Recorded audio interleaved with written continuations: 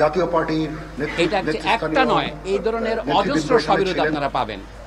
সরকার এখন এই হত্যাকাণ্ডকে জায়েজ করবার জন্য যে অজুহাত ব্যবহার করছেন, যে তারা মেট্রো রেল স্টেশনে হামলা করেছে, সেতু ভবনে হামলা করেছে, অথবা বাংলাদেশ টেলিভিশন ভবনে হামলা করেছে। আমাদের জ্ঞানী বিশ্লেষকরা যেমন ব্রিগেডিয়ার জেনারেল শাকাওয়াত হোসেন তার পরিষ্কার করেছেন, এইগুলিকে বলা হয় কি পয়েন্ট ইনস্টলেশনস, কেপিআই। এগুলি রক্ষার জন্য সরকার কোনো পূর্ব ব্যবস্থা গ্রহণ করেনি, অথবা করলেও যথাযথ ব্যবস্থা গ্রহণ না করার ফলে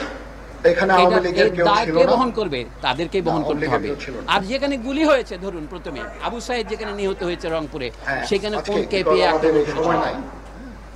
এখনো সরকারের সর্বোচ্চ মহল থেকে বলা হচ্ছে যে আমাদের উন্নয়নের প্রতীকগুলোকে ধ্বংস করার জন্য আমাদের রাজনৈতিক বিরোধীরা এই আন্দোলনে ঢুকে পড়েছে। কথাটা যদি ধরে নেই, যুক্তির খাতিরে সত্য হই, তাহলে বলতে হবে দেশের মানুষ এটাকে সেই মুহূর্তে সমর্থন করলো কেন?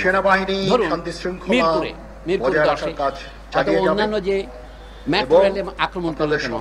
আমাদের দেশে অথবা যে কোনো ঔপনিবেশিক দেশের ইতিহাসের সাথে যারা পরিচিত, এমনকি ইউরোপের দেশের ইতিহাস যারা পরিচিত, তারা জানেন মানুষ যাকে ক্ষমতার দম্ভের প্রতীক মনে করে সেটাকে হামলা করে। সরকারের লেজিটিমেসির একমাত্র দাবি হচ্ছে, বৈধতার একমাত্র দাবি হচ্ছে আমরা উন্নয়ন করেছি গত 1.5 দশকে। আইয়ুব খান সাহেবের 1 দশক ছিল, এখন শেখ হাসিনার 1.5 দশক হয়েছে। এই উন্নয়নকে মানুষ যে প্রত্যাখ্যান করেছে সেটা দেখা যায়। ঢাকা শহরের সমস্যাটা কি ছিল? গণযোগাযোগ ব্যবস্থার একটা বৈজ্ঞানিক পদ্ধতি, পাবলিক ট্রান্সপোর্টেশন সিস্টেম, সেটা দিয়ে মেট্রো রেল দিয়ে সেটার সমাধান হবে না। তাদেরই প্রকাশিত তথ্য অনুসারে এটা যখন সম্পূর্ণ চালু হবে, তাকে মাত্র 9.5% লোক এতে উপকার পাবেন।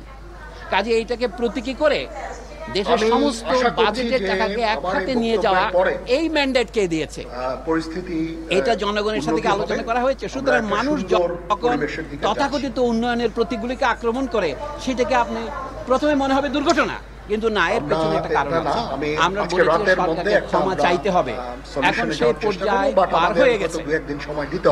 এখন জনগণের পক্ষ থেকে ক্রমশ ধ্বনি উঠবে এই সরকারের ক্ষমতা থাকার অবস্থায়। আপনারা কি কেউ বিশ্বাস করেন তারা এই ন্যায় বিচার করতে পারবেন? তারা এই হত্যাকাণ্ডের বিচার করবেন না, কারণ তারা নিজেরাই হত্যাকারী।